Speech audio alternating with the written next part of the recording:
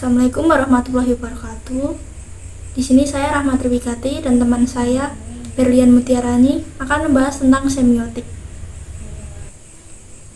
Di sini kami akan membahas tentang definisi, sejarah, tokoh, konsep inti dari semiotik, dan analisis. Definisi tanda dan simbol dalam konteks semiotik. Dalam konteks semiotik, tanda adalah sesuatu yang mewakili sesuatu yang lain. Tanda terdiri dari dua komponen, signifier, penanda yang berupa bentuk fisik atau manifestasi konkret dari tanda, dan signifit, penandaan yang merupakan konsep atau makna yang terkait dengan penanda tersebut. Contohnya adalah kata-kata dalam bahasa yang mewakili objek atau konsep di dunia nyata. Sejarah semiotik pada abad ke-19, awal semiotik modern. Yang pertama, Hermann Paul dalam Prinzipien der Sprachgeschichte 1880, Paul menekankan hubungan antara tanda dan makna dalam perkembangan bahasa. Yang kedua, Wilhelm von Humboldt. Humboldt berpendapat bahwa bahasa ada ekspresi pandangan dunia mempengaruhi pemikiran semiotik. Selanjutnya pada awal abad ke-20, pengaruh strukturalisme. Yang pertama, Ferdinand de Saussure, karyanya Kurs in Allgemeine Sprachwissenschaft pada tahun 1916 memperkenalkan konsep dasar seperti tanda, penanda, signifier, dan petanda signifit yang sangat mempengaruhi pemikiran semiotik di Jerman. Yang kedua, Walter Benjamin dalam Das Kunstwerk im Zeitalter der mechanischen Reproduzierbarkeit 1936, Benjamin mengeksplorasi bagaimana teknologi mengubah cara kita memahami dan menginterpretasikan tanda-tanda budaya. Selanjutnya pada pertengahan abad ke-20, semiotik dan hermeneutika. Yang pertama, Hans Gerd Gadamer, Wahrheit und Methode 1960, mengeksplorasi hubungan antara hermeneutika dan semiotik dengan penekanan pada konteks historis dalam interpretasi tanda-tanda. Yang kedua ada Roland Barthes. Karya Roland seperti Mitologien 1957 dan S atau Z 1970 memperkenalkan pendekatan strukturalis dan poststrukturalis yang berpengaruh di Jerman. Selanjutnya pada akhir abad ke-20, semiotik dan poststrukturalisme. Yang pertama ada Jürgen Habermas. Dalam Die Theorie des kommunikativen Handelns 1981, Habermas membahas bagaimana tanda-tanda digunakan dalam interaksi sosial dan politik. Yang kedua ada Umberto Eco. Eco memperkenalkan pendekatan analitik semiotik dalam karyanya Eine Theorie der Semiotik 1976 dan Die Rolle des Lesens 1979 yang sangat berpengaruh di Jerman. Pada abad ke-21, perkembangan terbaru yaitu yang pertama ada interdisipliner. Semiotik di Jerman saat ini menggabungkan pendekatan dari linguistik, antropologi, studi budaya, dan teknologi informasi. Yang kedua ada digital humanities, yaitu studi semiotik meluas ke analisis tanda-tanda dalam media digital, membuka peluang baru dalam penelitian literatur dan budaya. Sejarah semiotik literatur Jerman mencerminkan perkembangan intelektual yang luas dan dinamis, dengan pengaruh dari berbagai tradisi pemikiran dan disiplin ilmu. Melalui analisis tanda-tanda, para sarjana terus mengeksplorasi cara baru untuk memahami teks sastra dan budaya yang kompleks. Ferdinand de Saussure dan Karl Sanders adalah dua tokoh penting dalam pengembangan semiotik. Namun mereka memiliki pendekatan yang berbeda dalam memahami tanda dan makna. Berikut adalah penjelasan konsep menurut Saussure dan Peirce.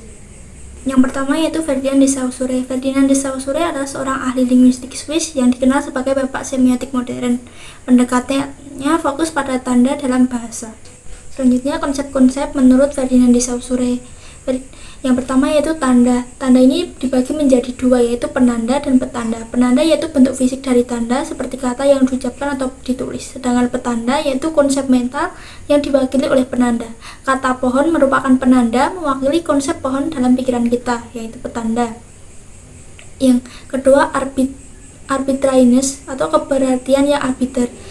Saussure menekankan bahwa hubungan antara penanda dan Petanda adalah sewenang-wenang dan tidak alami. Misalnya, tidak ada alasan alamiah mengapa bunyi pohon harus merujuk pada objek pohon.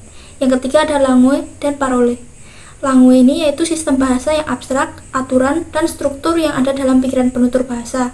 Sedangkan parole adalah penggunaan bahasa dalam konteks nyata, ujaran, atau teks spesifik yang dihasilkan individu.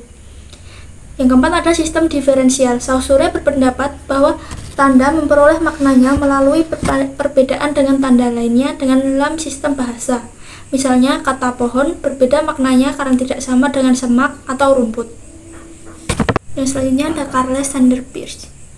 Ia merupakan seorang filsuf dan ilmuwan Amerika yang memiliki pendekatan lebih luas dan kompleks terhadap semiotik, mencakup berbagai jenis tanda dan hubungan mereka dengan objek dan interpret.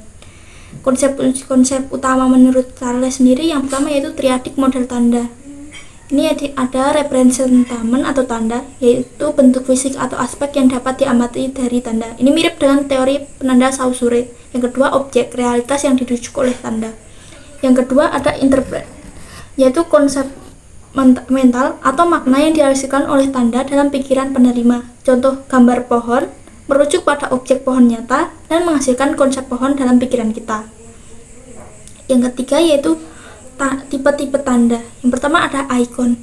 Icon ini yaitu tanda yang memiliki kemiripan dengan objeknya, misalnya gambar pohon. Indeks. Yang kedua ada indeks, yaitu tanda yang memiliki hubungan sebab akibat atau eksistensial dengan objeknya, misalnya asap sebagai indeks dari api. Yang ketiga ada simbol, yaitu tanda yang berhubungannya dengan objeknya ditentukan oleh konvensi atau kesepakatan, misalnya kata pohon sebagai simbol untuk objek pohon. Yang keempat ada semiosis. Semiosis sendiri adalah proses di mana tanda-tanda digunakan atau diinterpretasikan untuk menghasilkan makna. Semiosis adalah rangkaian tak terbatas dari interpretasi tanda oleh interpretan yang terus berlanjut. Berikut adalah beberapa konsep kunci dalam semiotik. Yang pertama ada tanda. Tanda adalah sesuatu yang digunakan untuk mewakili sesuatu yang lain, terdiri dari dua komponen penanda, yaitu bentuk fisik dari tanda seperti kata, gambar, suara. Dan yang berikutnya ada petanda, yaitu konsep atau makna yang diwakili oleh petanda. Contoh, kata pohon adalah penanda, sementara konsep pohon dalam pikiran kita adalah petanda. Yang kedua ada simbol. Simbol adalah jenis tanda khusus yang maknanya ditentukan oleh konvensi atau kesepakatan budaya. Tidak ada hubungan alamiah antara penanda atau petanda dalam simbol.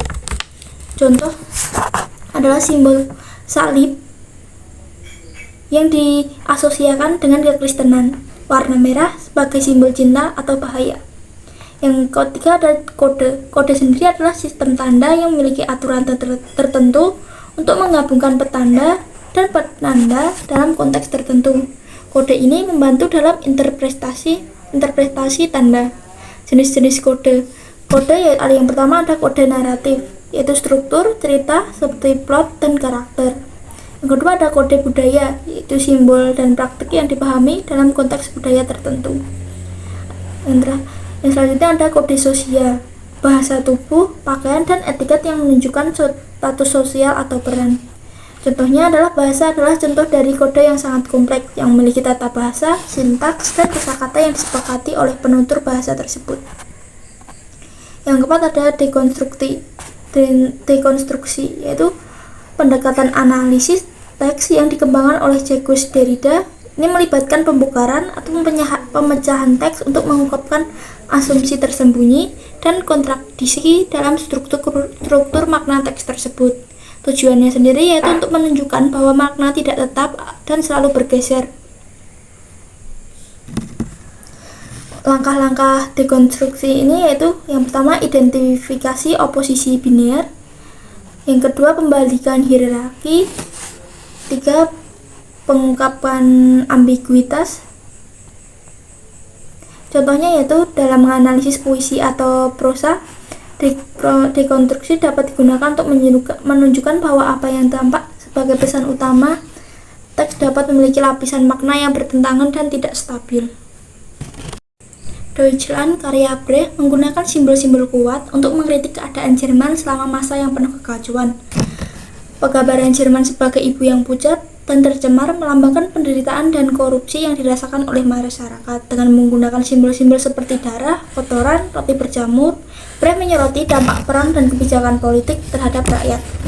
Puisi ini berfungsi sebagai kritik tajam terhadap situasi sosial dan politik pada masanya, menunjukkan kepedulian Brecht terhadap nasib bangsanya. Sekian dari kami, apabila ada kesalahan mohon dimaafkan. Vielen Dank.